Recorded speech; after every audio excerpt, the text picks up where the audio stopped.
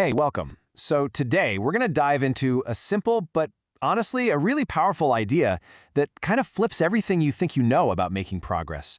Because it's not about what you do on your good days. Nope. It's all about what you do when you feel like doing absolutely nothing at all. So let me ask you this. What really separates the people who seem to succeed from those of us who just stay stuck?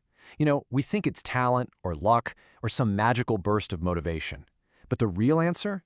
It's actually found in our toughest moments. You see, the real game isn't played when things are going great. It's played on those days when nothing feels right, when the alarm goes off and your brain just screams, "Not today." We're calling these your odd days. And what you choose to do on these days, well, that's the single biggest predictor of your success.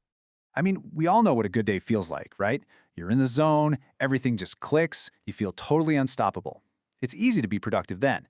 But an odd day, that's when everything just feels heavy, it's a struggle, your energy is at zero, your mood is off, and every single task feels like wading through mud.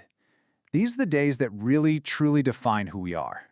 Okay, so why? Why are these odd days the big secret? It's because most of us completely misunderstand what actually drives us. We all fall into the super common pitfall, the motivation trap. And this is the trap, right here. We think, okay, once I feel motivated, then I'll get to work. We basically treat motivation like it's this lightning strike, this magical force that we just have to sit around and wait for. But you know what? That's not how it works at all. And here's the truth. The big reframe, we have the equation completely backward. Motivation isn't the cause of action, it's the result of it. That energy you're waiting for, it doesn't show up before you start, it shows up because you start. Action comes first. This really becomes the new mindset. On an odd day, your job isn't to be perfect. Your job is just to show up. Seriously, a 10-minute walk is infinitely better than the 45-minute run you skipped because you just didn't feel like it. But this whole idea goes way deeper than just, getting things done. Acting on your odd days is about forging who you actually are. This is where your identity is built. Think about it. On these really difficult days, your brain is basically running a little check-in. It's asking, hey, are we serious about this? Or do we only do this when it's fun and easy? It's a test of your commitment, plain and simple. And this leads to this really powerful psychological principle called identity reinforcement. Every single time you take action on a hard day, you are sending the strongest possible signal to your brain. You are, in essence, casting a vote for the person you want to become. Let me put it this way. Anyone can go work out when they're full of energy and feeling great. But the person who drags themselves out for a run when it's cold and they're tired, that action does way more than burn calories. It proves to yourself, deep down, I am a runner. It's that friction, that resistance of those odd days that really cements a goal into an actual identity. You stop trying to be a writer and you just are one, because you do what writers do. You write, especially when you don't feel like it. Okay, so we've covered the why. Now, let's get super practical. How do you actually do this? Here is a simple 3-step playbook for absolutely conquering your difficult days. So, 3 steps. They're designed to take the pressure off, stop that internal debate that we all have, and build undeniable proof of your commitment. Let's break them down. All right, step 1. For any goal you have, define your minimum viable effort. This is the absolute rock-bottom smallest version of the work that still counts as moving forward.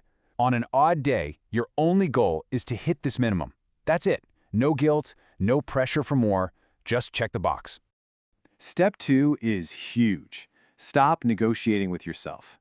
The second you ask, should I or shouldn't I, you've already started to lose. Your brain is a master at finding excuses. So the rule is, you don't decide, you just start. Make a deal with yourself. Just do it for 5 minutes. You can always stop after 5, but you probably won't. And finally, track these wins. Keep a simple log, a note on your phone, whatever. Every single time you show up on a day that felt hard, mark it down. Give yourself a little star. This isn't about stats. It's about building evidence. So on those future days when you feel that doubt creeping in, you can look at this list and see undeniable proof of who you really are. So, what does this all add up to? It's a fundamental shift in perspective. It's about totally changing your relationship with your off days and starting to see them not as failures, but as your greatest opportunities. The next time you wake up and you feel that heavy, unmotivated, feeling, I want you to try and reframe it. That feeling is not a stop sign. It's not your body telling you to quit. It's a signal. It's an opportunity to prove to the most important person there is, yourself, what you're truly made of. And this is the final, most crucial idea I really want to leave you with. The version of you that shows up tired and uncertain and totally unmotivated, but still does just a little bit of the work, that's the version of you that builds something real and lasting. Your odd days aren't in the way of your progress, they are the path.